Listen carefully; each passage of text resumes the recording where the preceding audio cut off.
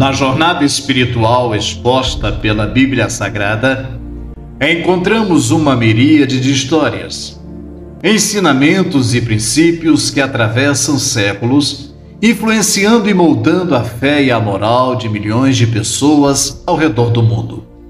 Dentro deste vasto conteúdo sagrado, emerge uma distinção determinante entre o preconceito e o conceito. Um contraste que se destaca não apenas como um tema teológico, mas também como um reflexo da condição humana e da jornada espiritual. O preconceito, como entendido dentro da Bíblia Sagrada, pode ser exemplificado por diversas passagens que descrevem julgamentos precipitados baseados em suposições ou influências culturais. Um exemplo notável ocorre no Antigo Testamento, no livro de Jonas. Nesta passagem, Jonas é enviado para pregar em Nínive, uma cidade conhecida por sua imoralidade e violência.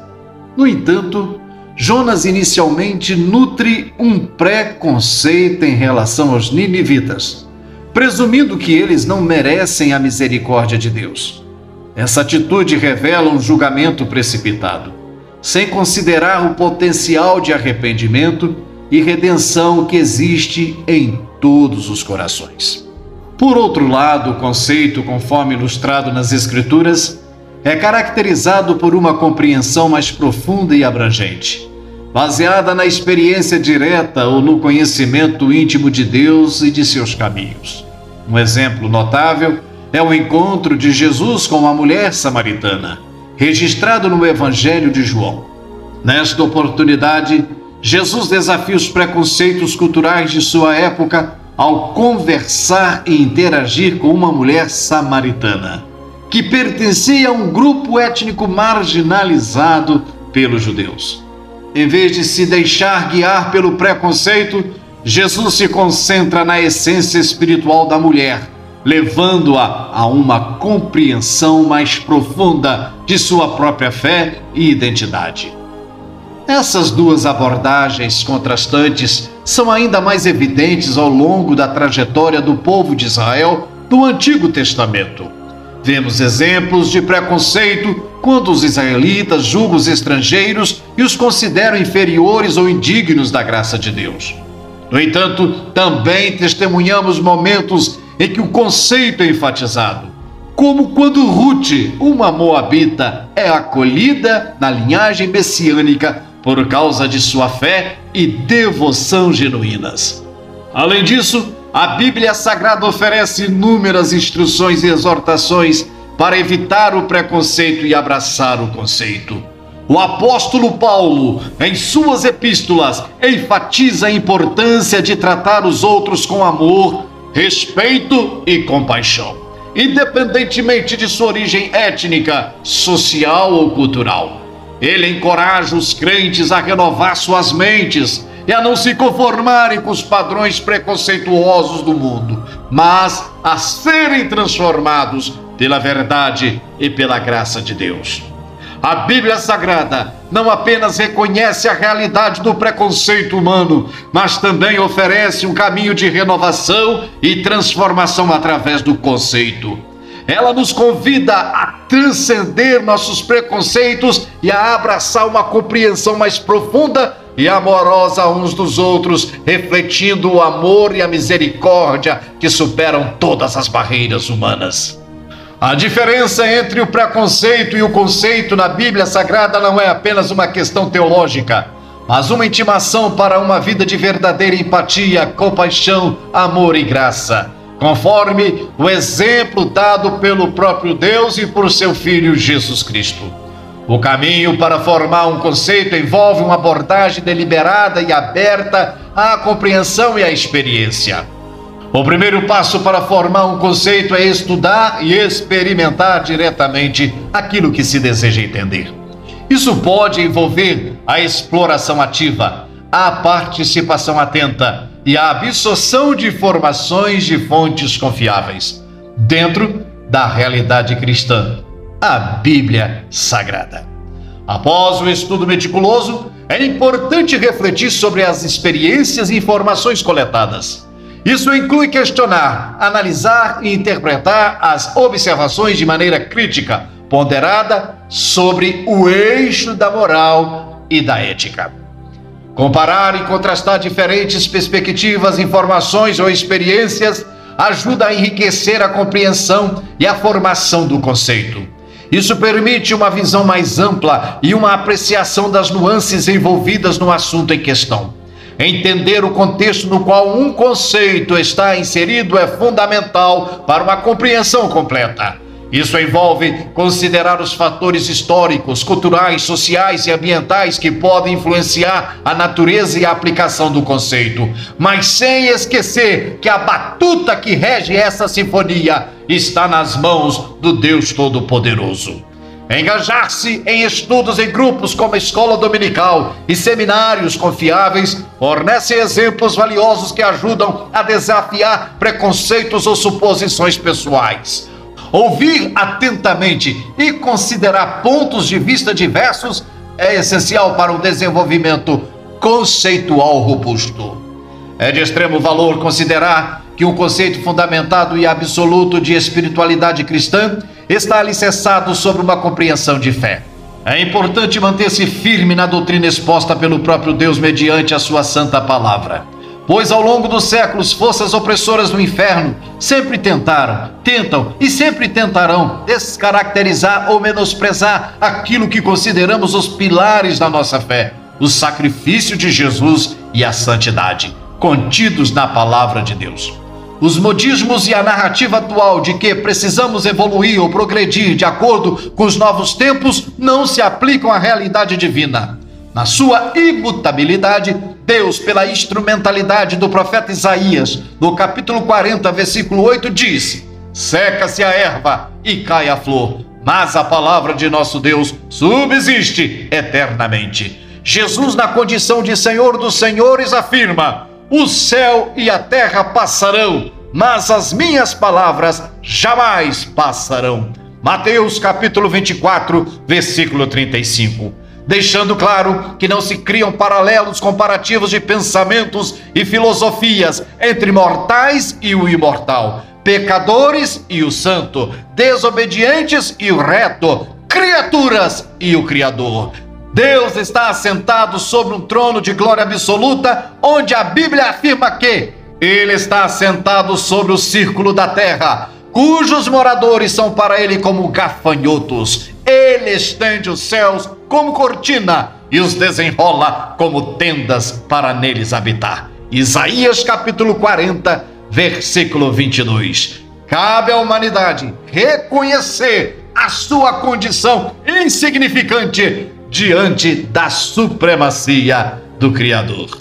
A aplicação prática do conceito em situações da vida real é fundamental para testar a fidelidade e coragem. Isso envolve uma demonstração de convicção absoluta de fé, conscientização da realidade humana e da proposta de Deus. Dessa forma, os crentes estão prontos para desenvolver com honra a obra que Deus determinou para o seu povo, indiferentes ao estado temporal, desafios e ameaças. É verdade que muitos cristãos contemporâneos enfrentam críticas, rotulações e acusações de serem preconceituosos. No entanto, é importante reconhecer que, do ponto de vista desses cristãos, o que frequentemente é interpretado como preconceito é, na verdade, uma adesão aos conceitos fundamentados na doutrina cristã e na Bíblia Sagrada. A fé cristã, enraizada na Bíblia, ensina princípios morais e éticos que orientam a vida dos crentes. Esses princípios incluem amor ao próximo, compaixão, perdão, justiça e muitos outros. Para os cristãos devotos, esses conceitos não são apenas abstrações teóricas, mas diretrizes práticas que moldam suas interações com o mundo ao seu redor. Por exemplo, quando os cristãos defendem a santidade da vida desde a concepção até a morte natural, isso não é resultado de um preconceito, mas sim de uma convicção profundamente enraizada na crença de que todos os seres humanos são criados à imagem de Deus e têm um valor intrínseco.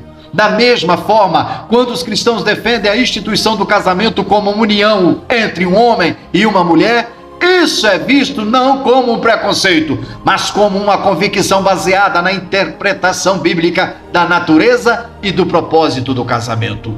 Outro ponto sensível, principalmente no Brasil atual, diz respeito à construção da família. Um modelo único segundo a Bíblia Sagrada, a infalível Palavra de Deus. Ela afirma que Deus criou homem e mulher com características próprias, desde os cromossomos até a estética externa, o que possibilita a cada um desempenhar o seu papel na perpetuação da espécie.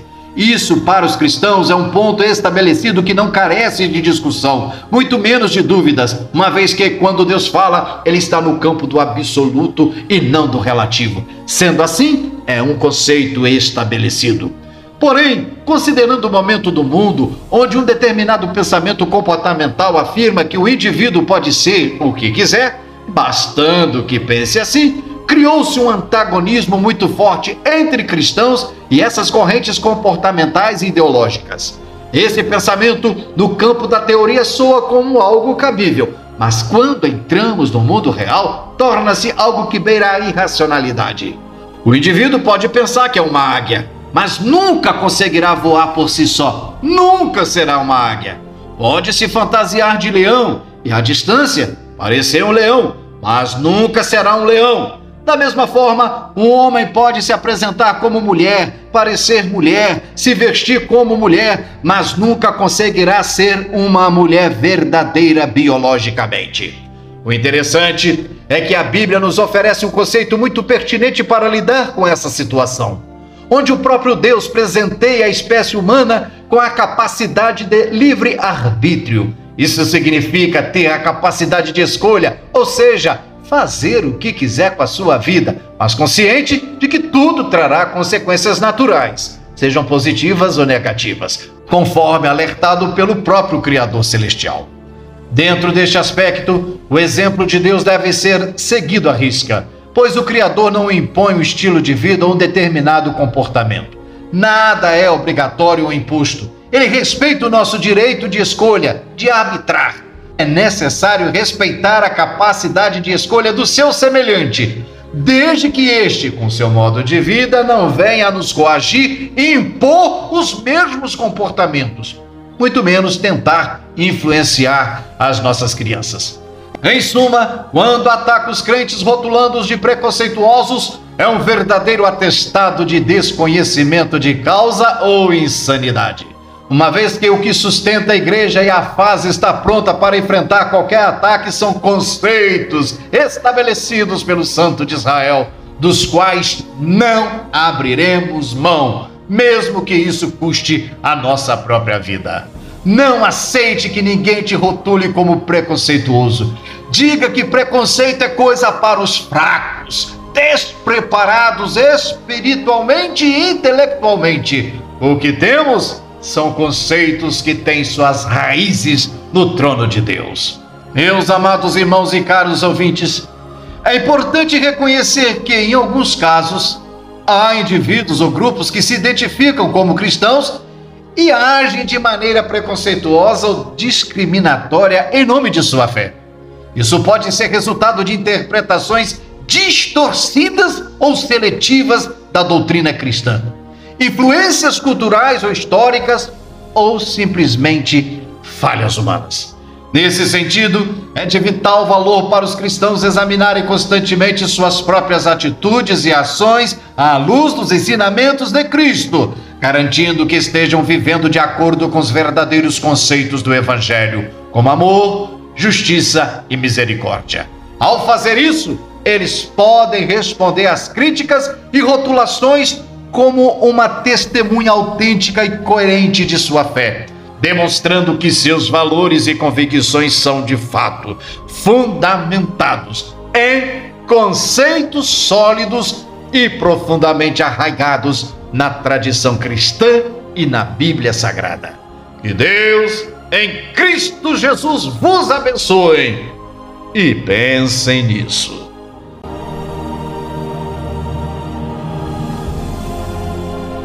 Queridos e amados irmãos, desejo expressar a todos o quanto tem sido uma realização poder ministrar a poderosa mensagem do Evangelho por meio deste canal. Louvo a Deus por esta oportunidade e pela vida de cada um de vocês como ouvintes. Entre os objetivos traçados está, em primeiro lugar, louvar ao Senhor sobre todas as coisas e, em seguida, evangelizar, levando a mensagem de fé e esperança aos 4 cantos da terra. Nesta oportunidade, peço a todos que, se aprovarem nosso trabalho, visitem nosso canal na plataforma do YouTube, inscrevam-se, ativem o sininho das notificações e deem seu like. Lá terão acesso a centenas de mensagens com os mais variados temas, todos contextualizados às necessidades humanas. Compartilhem, enviem para seus amigos, familiares e evangelizem. Com certeza verão resultados maravilhosos. Lembre-se que com essa simples ação você poderá ganhar muitas almas e sempre consciente de que a obra de Deus se faz com os pés dos que vão, as mãos dos que contribuem e os joelhos dos que oram. Muito obrigado e que Deus os abençoe.